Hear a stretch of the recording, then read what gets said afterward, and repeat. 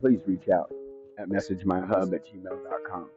Things that we can relate to each other on. If that conversation goes somewhere with depth, create conversation amongst people who may not have ever had that conversation otherwise. Things that we can relate to each other on. If that conversation goes somewhere with depth, I'm only interesting because the people I know are interesting. And it's time that I share that gift with the world. Is to create conversation amongst people who may not have ever had that conversation. Hello, folks, and welcome to the show where every conversation is a doorway into someone else's purpose. And in most cases, we all leave a little bit better than we arrived.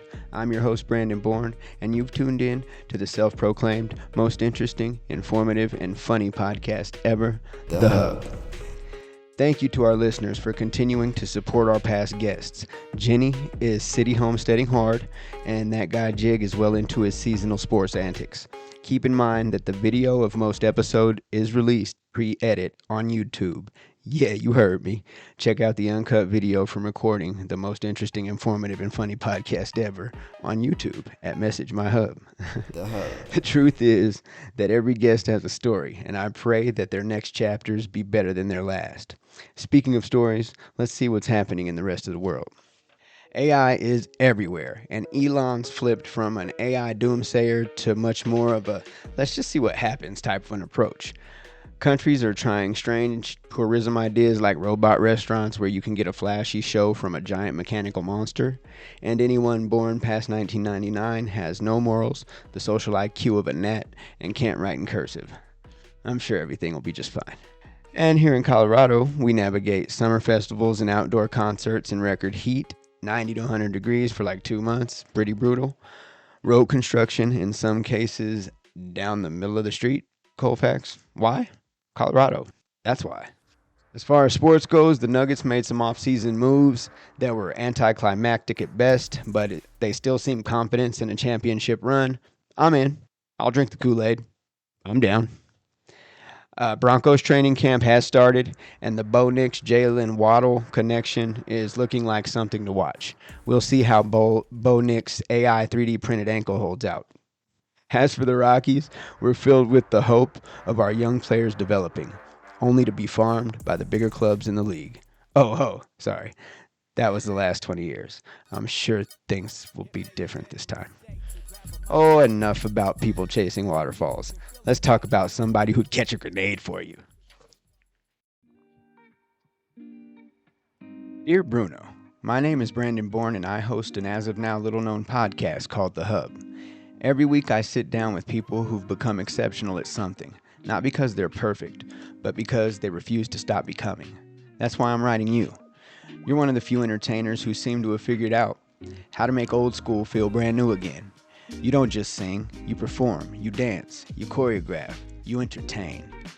When I hear your music, I can see Los Angeles in my mind's eye. Neon lights reflecting off the chrome, Sunset Boulevard, lowriders rolling by.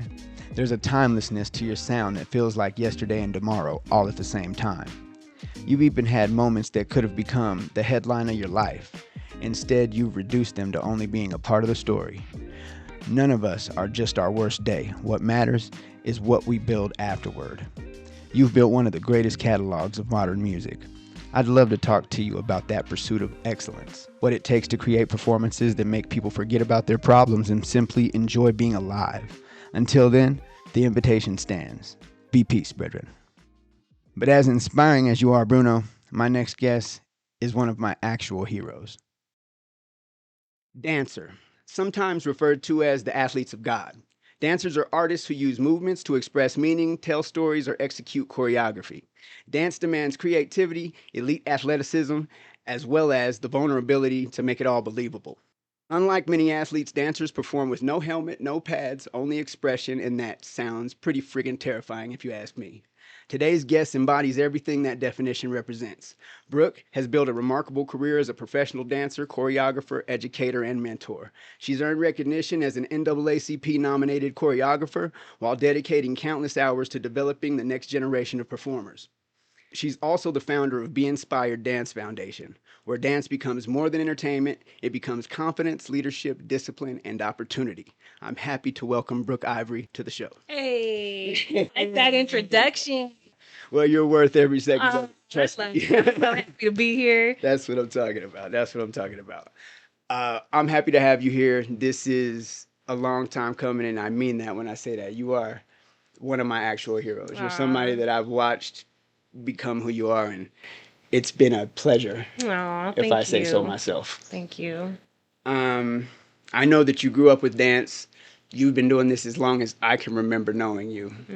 So what's it like growing up with dance from Jump Street? And I've got to ask this question. Did you have a dance mom? Oh, that's a good one. I would say yes, I had a dance mom. She wasn't an intense dance mom, but she was definitely a dance mom. She was backstage and everything. She wasn't the sewer. Everybody had a role. They had like the sewer, the person that fixed the costume, did the thing. She was like the runner, make sure everything's. She was the let's keep everything together type like of dance. manager. Yeah, but she wasn't crazy like the ones you see on TV. It wasn't So that you weren't level. Buju or Cookie or what's the little girl's name? I can't remember. Honey her name. Boo Boo. Honey Boo Boo. She was not like Honey Boo Boo's mom. No. Thank God. I picture that. I can picture manager. I see management material and like, hey, I don't do that, but you do that really well. You should be over there. Make sure that you're on time though, because if you're not, we're gonna have, Thank I'm not gonna God. be mad, but there's gonna be a thing. Yeah. Oh my God. She wasn't like that. She was more just behind the scenes. Let me do my thing. Let me see how I could support. So she was like a positive dance mom. That's dope. Thankfully. But yeah, so I started dancing when I was 3, like officially dancing, taking classes, training, performing on stage.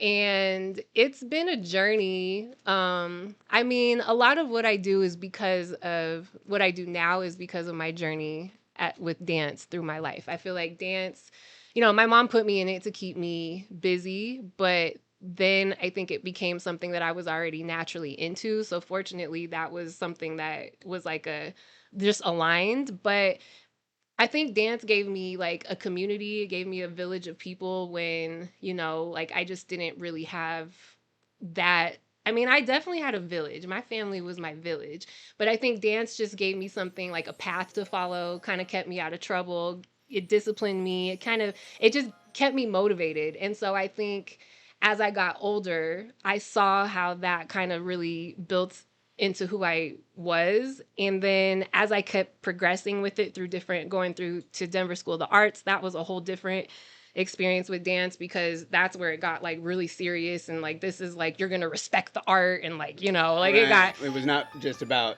showing up. Exactly. It's like Pee Wee football is about just corralling children, and then all of a sudden you have to learn something. Because then I started learning like modern dance, which is really to me, and at the time it was just very weird and different and like interpretive, and I was like, what is this? Like we're dancing to no music with trash bags and we're pretending like we're trees. What?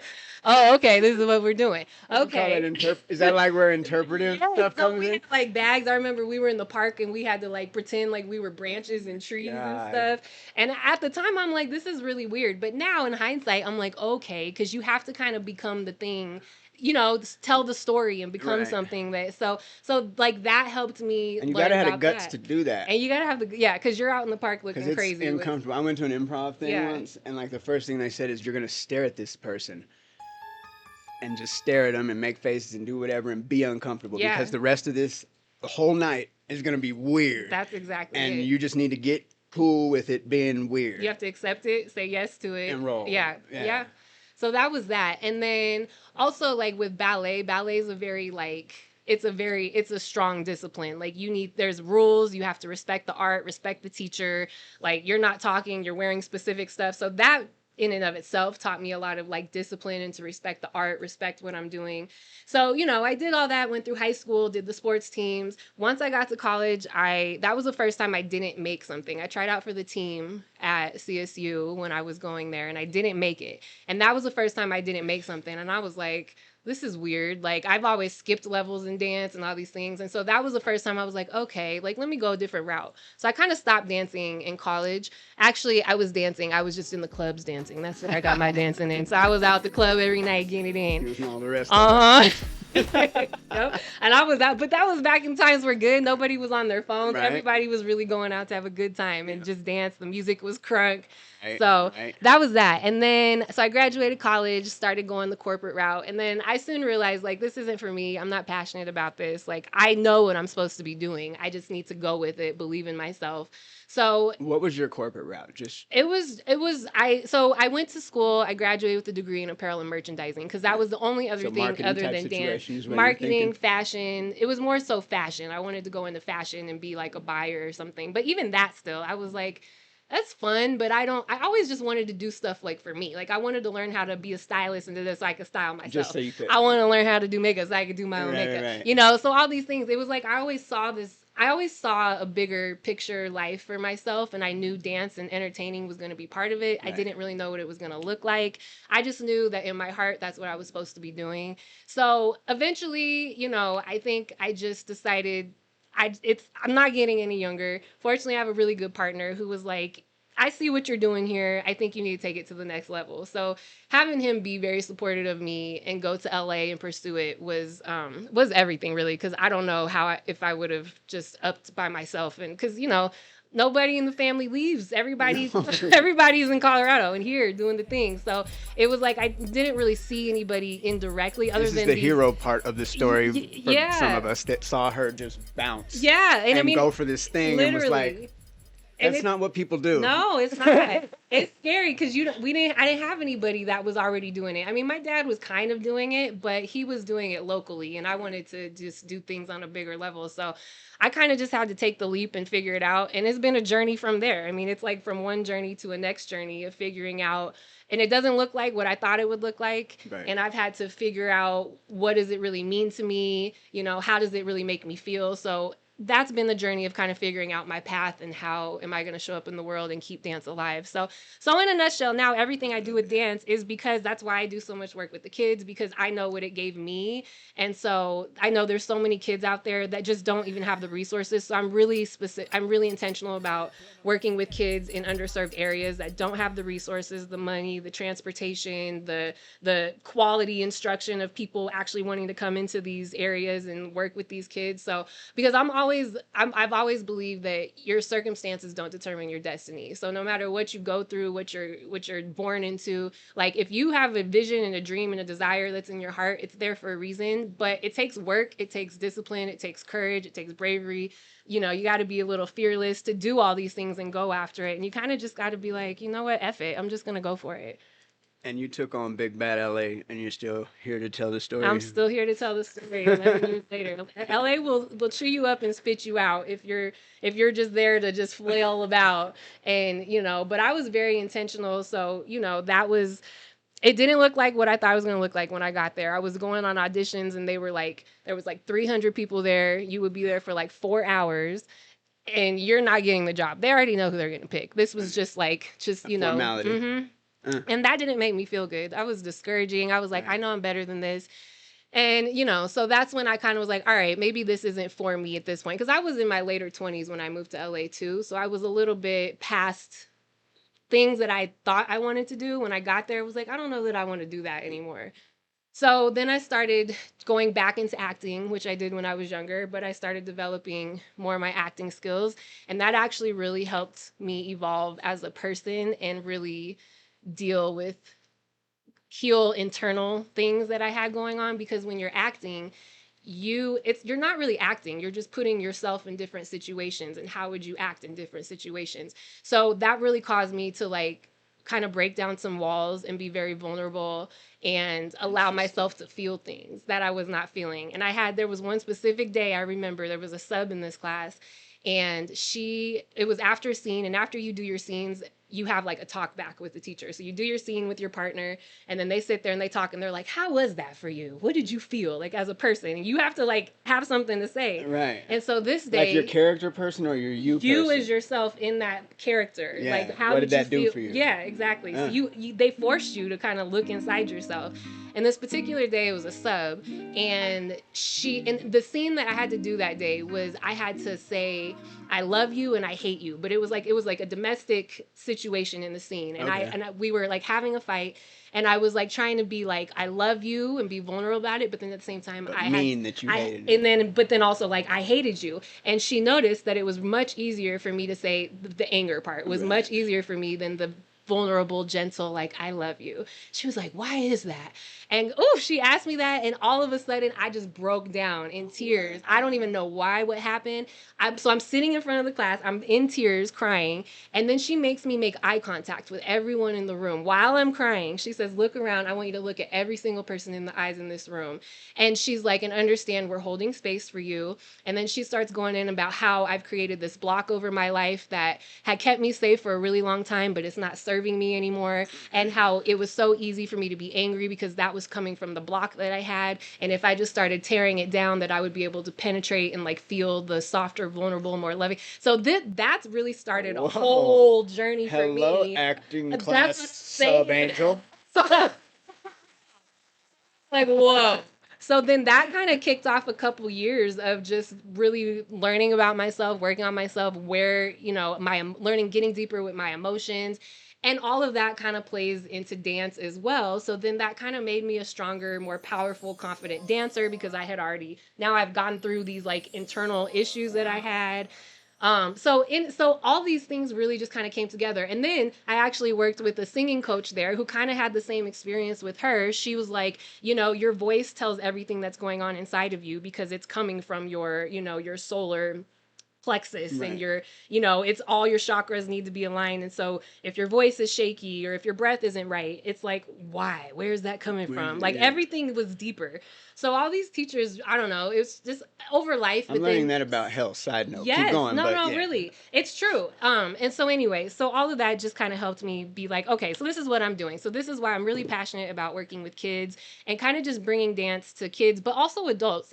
I love working with adults too because dance just brings joy out of people, and I've seen it change lives. I've literally seen people like find their confidence and just overcome things just from, because I feel like dance, it's mind, body, soul. You kind of have to connect all the things when you're doing it, and you can just kind of find that real authenticity and joy. And so it that sparks something too. There's like endorphins and things. Like, it's weird that we've gotten kind of conditioned out of like moving around and dancing and smiling and doing, because those things really create like a level of happiness. It's true. So like I don't like dance by myself in my apartment sometimes randomly all wild, but when I don't, I'm in a really, really good mood.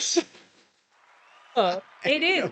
The best dancer in the room too is the one that doesn't care. That gives no F's because they're the ones that's just free and like they're having the most fun. That's the one I want. That's the person I want to dance with. Except that brother at the club that used to had to clear like a 20-foot circle, and he would walk in and he was the only person who was sober. He didn't drink, didn't smoke, he didn't talk to the girls. He walked in and like just started doing crazy dance routines in the middle of the dance floor. God bless that dude. Like you might get kicked in the face. He might get kicked in the face, and you're not gonna be mad at him too because he did like some acrobatic Michael Jackson thing You're that you haven't. That's right. That's word. Okay, now you've done this since you were a kid. Do you remember your first performance of anything? I do. Well, I remember my very first performance at like 3 was this song "Baby Take a Bow," and I was in a pink tutu with polka dots, and I think my mom had gave me these little mermaid earrings I was wearing. And I remember too because the performance, because I've watched it back since then, and it's funny. Everybody's like doing the stuff, and then half the girls were like, they just stand there because they're 3. They're like, I don't know what to do, and I'm over there like, excuse me, you need to come over here in this arm. Like, let me show these girls what's up. So yeah, I do remember I had a little pink. You didn't play the flower. It was not the flower. It's like, you need to get it together. We have an audience. That was probably my first like official performance on stage in front of people. What was your first professional opportunity?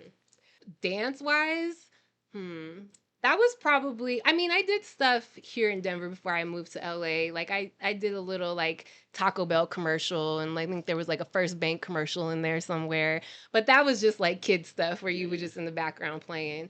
My first professional job was probably, I feel like I did do one here, but it was probably in LA. And that was it was a play. It was like a little black box theater play, and we were superheroes, and I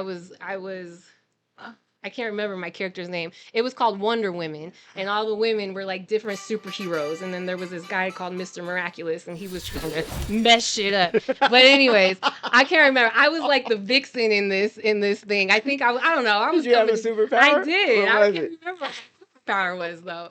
But it was a fun show. But that was like a little black box theater I did that was like right around the corner from my apartment when I moved to LA. But that was fun actually. I don't even remember what my role was. Kevin probably would remember if I asked him. Yeah, but that wasn't even dancing. I didn't even dance in that. That was just acting. Performance nonetheless. Yeah. Which should definitely which should definitely prepare you for this next portion of the show. I don't know why, but this just seems right. It's time for everybody's favorite train wreck, free time. During free time, our guest chooses from the following options. We can freestyle rap to a randomly chosen topic. We can perform a skit to a randomly chosen topic, or we could give you some rapid fire questions. Option 4 is a guest choice. That means if you got something that you would like me to participate in, I cannot say no. Oh. So of all those, pick your poison. Okay, I'm picking 2. 2. I say freestyle rap to a randomly chosen topic, and then guest choice is I'm gonna make you dance at some point. Okay, she's doing a twofer. That's like illegal, but it's cool. I can do that. You can do that though. All right, bet. So we picked number 1. We're gonna freestyle rap to a randomly chosen topic. Then at some point in all this, you will see my dangerous moves. Yeah. Stay tuned.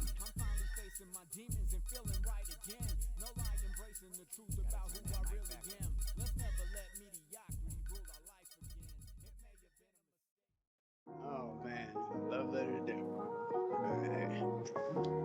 So I guess we don't need this. I gotta do it. Huh.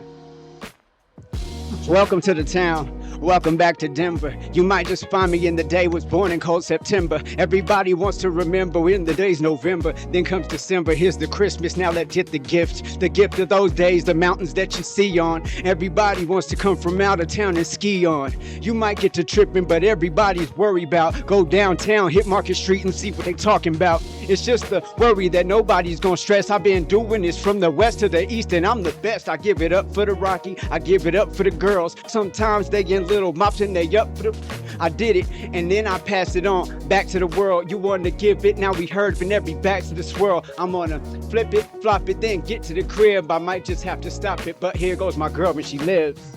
Hey Denver, what's up? I'm here to represent. You know I'm over here on the hub. What's up? I don't know what I'm talking about, but I love my city from Denver because that's what I'm about. We up in here sitting on the sun. I don't know why, because it's so much fun, but it's hot as hell. But that's what? It's gonna rain, then it's gonna get cool. It might even snow tomorrow. We don't even know, but we're gonna be here to catch this flow. We walking through the streets, we driving in cool. We going to school and we hanging at the pool. What's up, summer? I'm here to stay. I'm here for a good time, but not a long time. I'll always be back because this is where I'm from. My family's here and it's always number 1. We went from winter, spring to summer, back to the fall. We got them all in one day, then hit that last call. When everybody that I know used to be broke, now we ball. When standing tall, we give it up. It's on the hub, it's for y'all. Hey. There it is, you know what I'm saying? Welcome to the town, welcome to the hub. It's going down. Always another free time. You'll never forget this shit. Ever. Well, that wasn't so bad, was it? No, I'm actually like, I got bars now. I'm like, I got more to say. I mean, you know what I'm saying? There may be a round 2, like a whole nother re-record. You know what I'm saying? The album coming out soon. We're going into the studio B&B. That's B&B. B&B. That's what's up. Be inspired by B&B. Hey. Rep that ish. B&B Virgo things. All right.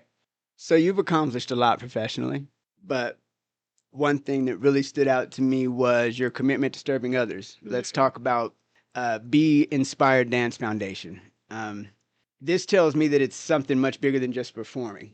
What is it about helping children and about pursuing this that's so important to you? Well, the Dance and Be Inspired D.A.N.C.E Foundation is an acronym that stands for Developing Awareness, Nurturing Character, and Emotional Intelligence. So it is way more about performing, but performing is definitely an element of it. It's really just to, because I feel like people in general, but especially kids, especially this day and age with the pandemic, with social media, just the state of the world that we're in, all the crazy stuff that's going on, is kids don't really have, they're not really taught about their emotions, about what they are, how to deal with them, where they come from, and how that can really kind of compound as you get older if you're not healing and working through them. And just again, through my own journey, I realize how aligned dance is as part of that, because when you're dancing, you want to be vulnerable, you want to get in touch with your feelings so that you can express, so that you can tell a story, or that you just, so you can just release and let it be therapeutic to you. It teaches you kind of how to show up with confidence as a person, and that's where the performing really comes in, because you kind of have to just put yourself in front of people, not really worry about what they're thinking about you, and just do your thing and have fun. And it really just, every time you do it, it just helps to build confidence. So I really wanted to, I've been working with kids for a long time, but I really wanted to create my own thing where I had more control and I could really give the time, invest the time and energy that I want without limits or other people's like guidelines and procedures. Because what I really wanted to do is, I'm starting with kids in elementary school, and I go into the schools. Well, so in LA, I should say this. In LA, which is crazy, the public schools don't have funding for arts or sports. So, period. The public schools. So they don't have any sports teams. They don't have arts classes, dance, music, like none of that. They just don't have funding for it, which is crazy. So I that blew my mind, because I grew up with, obviously we grew up with that out here. Yeah. So I was like, definitely, I mean, all kids need it, but especially these kids that aren't even having access to it in schools. So I go into the schools and I just teach regular dance classes, and I'm not trying to make these kids professional dancers. Maybe there's a few people in the class that this is something they want to do, or they want to go into entertaining, and then those kids, you know who those kids are, and you can kind of help nurture them. Right. But really, it's just giving these kids an outlet to express themselves, to find themselves, to learn about how, working with a team. If, I put kids in groups and I'll make them work together as a team, and, just working with other people, a lot of things come out. And so there's a lot of teachable moments of just, you got to listen to your partner. You got to both, have great ideas. Nobody has a bad idea. If you have an idea and you think it sucks, let's figure out how we can make it. Yeah, exactly. You just gotta, it's just part of a collaborative effort. So I really just developed it to try to help kids learn more about themselves, their emotions, because I really believe if we all had more intelligence around our own emotions, that mental health would be less of a struggle for people. Because I think, when you're not healing stuff and you're not dealing with your emotions, I feel like it just keeps building blocks, and it just breaks everything down, and life just becomes a lot harder than when you can just allow things to penetrate you, deal with it, accept it, take lessons from it, and then use that to go forward. So that's an interesting angle. That's not where I would have thought you went with it.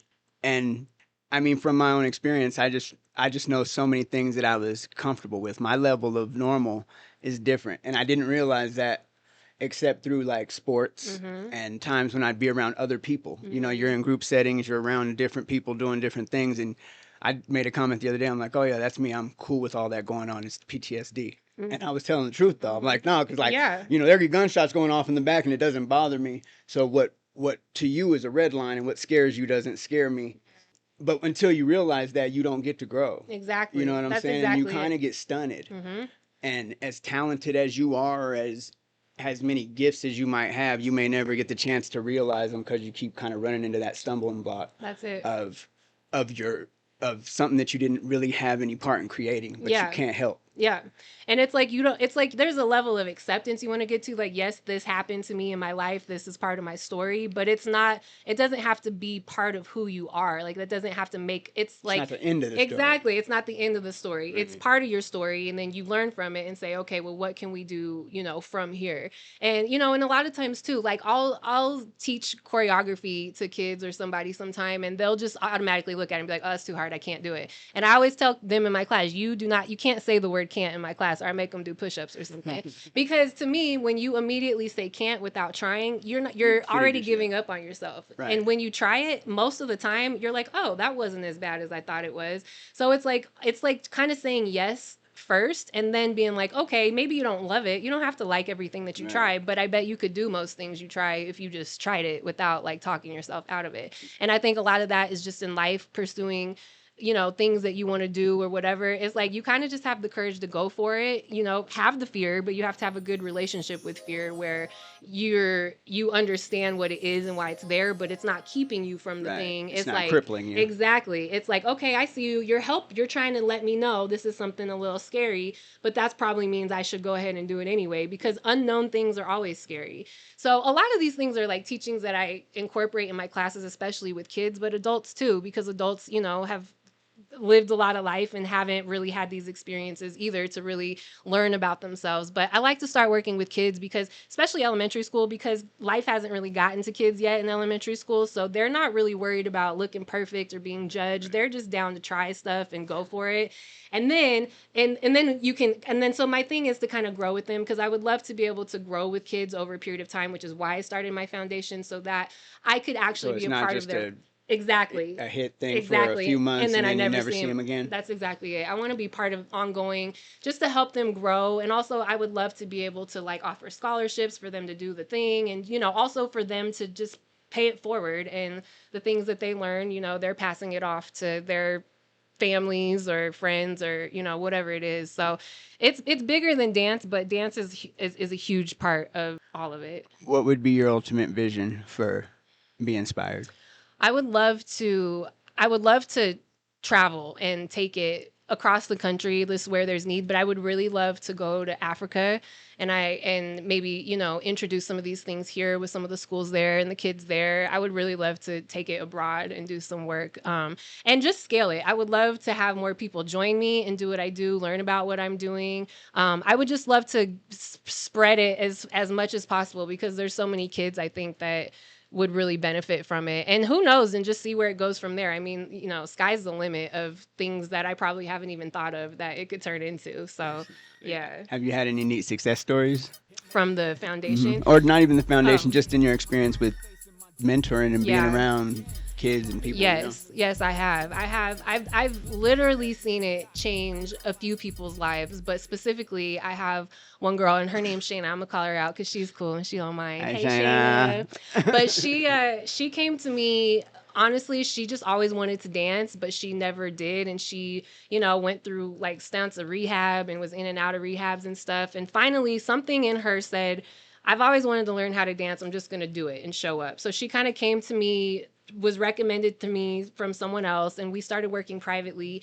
And the very first time, like first few times I met with her, she was like barely dancing. She could barely look at herself in the mirror. She was like, you know, she just couldn't like get with it. And then over time, just kind of working with her and just like look at yourself in the mirror, look how you're dancing, like let it go, let all this stuff go, just do what you do.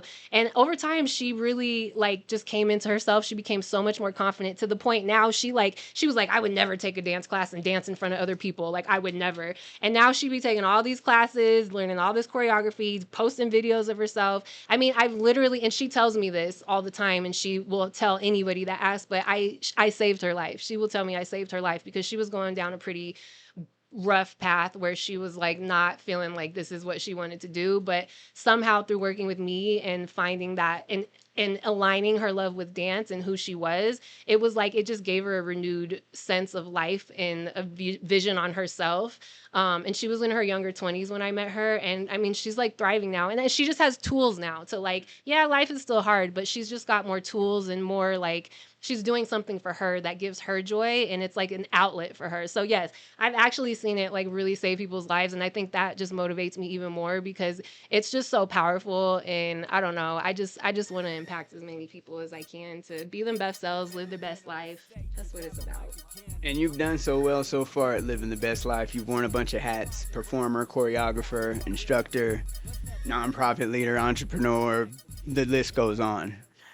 What role has stretched you the most, or been the most maybe challenging or rewarding? That's like 3 different questions. Mm-hmm.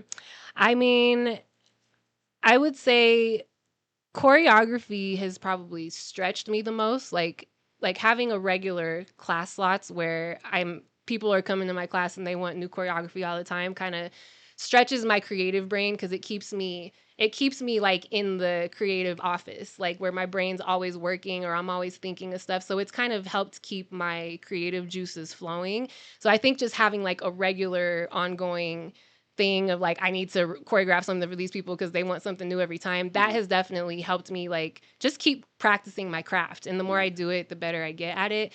I would say the most fulfilling has been teaching kids. And even before I moved to LA, I was coaching back at my where I went to high school at Overland.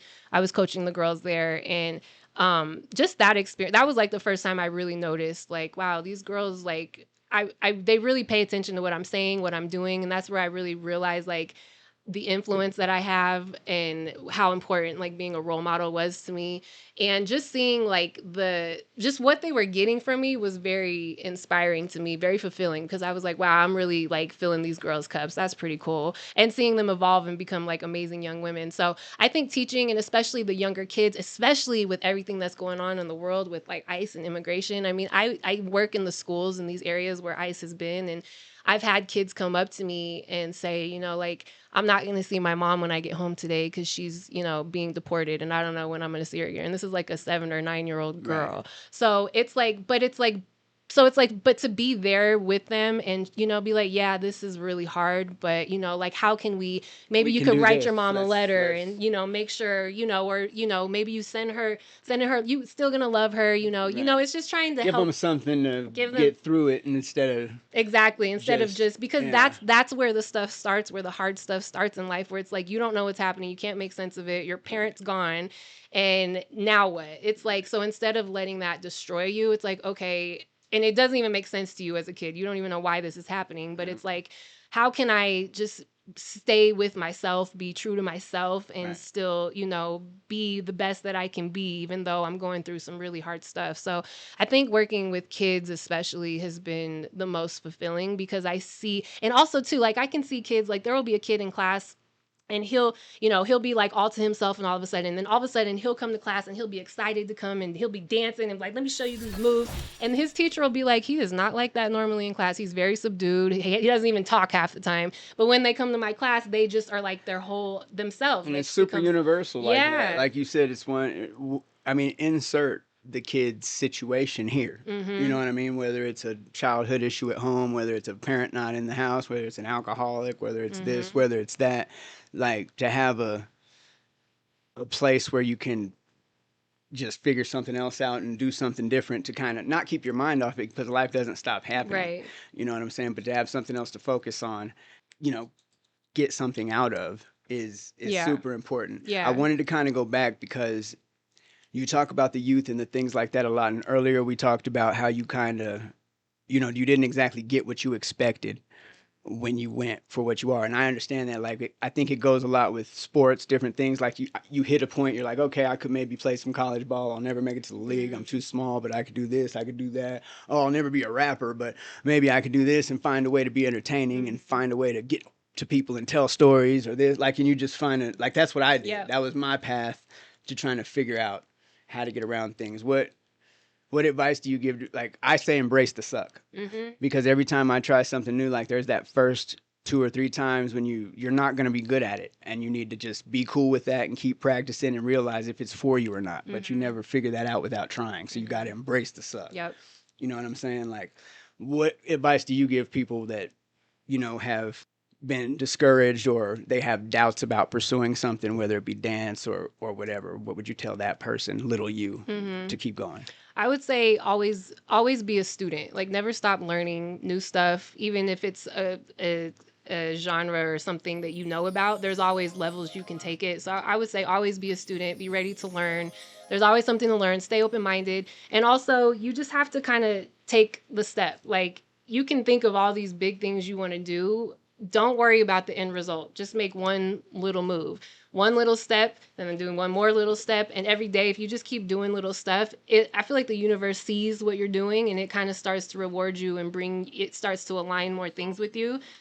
But you just have to keep going. And really you just have to believe in yourself before you see it. You can't wait to see something and be like, okay, yeah, that's what I'm doing. Right. You have to believe in yourself first, do it, and then it's like, oh, okay, now I see it. And then it starts to come to you. Is Yeah. you can't wait for confirmation before you begin. That's it. If it's in your heart, there's a reason. So you just kind of got to go for it. And I don't know, pray on it, meditate on it, but just take baby steps and then just keep going. Find your passion and pursue it. And surround yourself with people that will support you. Yes. And believe in you. Yeah. Not yes people, because you want people to keep it real with you. But you want people. And also not people that are going to turn you down at every minute. Right. Like, what do they say? Don't tell your dreams to people because they're always going to tell you like how it can't come true. Exactly. You know what I'm saying? Yep. And it's a delicate thing, but you want to surround your people with people that believe in you but will be honest with you. Yeah. At the same time. And just keep showing up for yourself. You just keep putting in the work. Like I said, keep learning, but you have to show up. If you don't show up, there's nobody's going to ever see you. So just keep showing up for yourself. Facts. Yeah. Facts. And that's it. This podcast is built on passion. Yeah. So I'm going to finish with this question. What gives Brooke hope? What keeps you excited to wake up tomorrow and keep on creating? I mean, I think just not knowing what any day something could happen and it could change the trajectory of a lot of things, whether that be meeting somebody, doing something, completing something, learning something. I think just life. I love living life. I love connecting with people. I love, just being out in nature and just like experiencing the magic of life. Life is very magical just being here. So honestly, it's just connecting and just trying to be the best that you could be. No competition with anybody else. Just be you. Yeah, absolutely. Lifelong learner. And I've learned something today. I've learned that dance isn't really about choreography. It's about confidence, discipline, and telling stories without saying a single word. And perhaps more importantly, it's about giving people permission to believe in themselves. Huge thank you to Brooke here for joining us today. Please support the incredible work being done through B Inspired D.A.N.C.E Foundation. Organizations like this remind us that art isn't just entertainment, it's mentorship, confidence, and community. If you have a young person interested in dance, leadership, or creative expression, take a look at what Brooke and her team are building. She's all over Instagram, and we'll be tagging her in our social media. Thanks to everyone who subscribed recently. If this episode made you smile, think differently, be inspired, or call somebody that you haven't talked to in a while, just do it. Seriously, just do it. And if you know someone who has an incredible story, do me a solid. Send them my way. Thanks again so much for giving your time and being so generous with that and what you give to these kids. Thanks for providing us with something worth talking about. Before we go, is there anything else that you'd like to leave our listeners with? I'm just happy to be here. I love my city. I love my family. I love you, cousin. I'm proud of you. I'm so happy to be on this podcast. Thanks for having me. Thank you for coming, and it's been my pleasure. As always, I hope you enjoyed the episode. Like it, share it, subscribe wherever you get your podcasts, and keep telling your friends about The Hub, because every great conversation starts with one person willing to listen. Until next time, remember to stay curious, laugh often, love your people. Oh, and don't forget to take it light, and it won't ever get too heavy. Be peace, brethren. Peace. To grab the mic again. I'm finally facing my demons and feeling right again. No lie, embracing the truth about who I really am. Let's never let mediocrity rule our life again. It's about time for us to make a move. Gain some leverage in the design of those who think us fools. Like violent twisted tools, they point and shoot what we consume. We eat it up and chart a path and take it to the moon. That's how the world took a MAGA banner and made it racist. That's how black lives start to matter, but only certain cases. They so dissension to take attention while nothing changes, but unified through each other's eyes we can rearrange it. It may have been a mistake to grab a mic again. I'm finally facing my demons and feeling right again. No lie, embracing the truth about who I really am. Let's never let mediocrity rule our life again.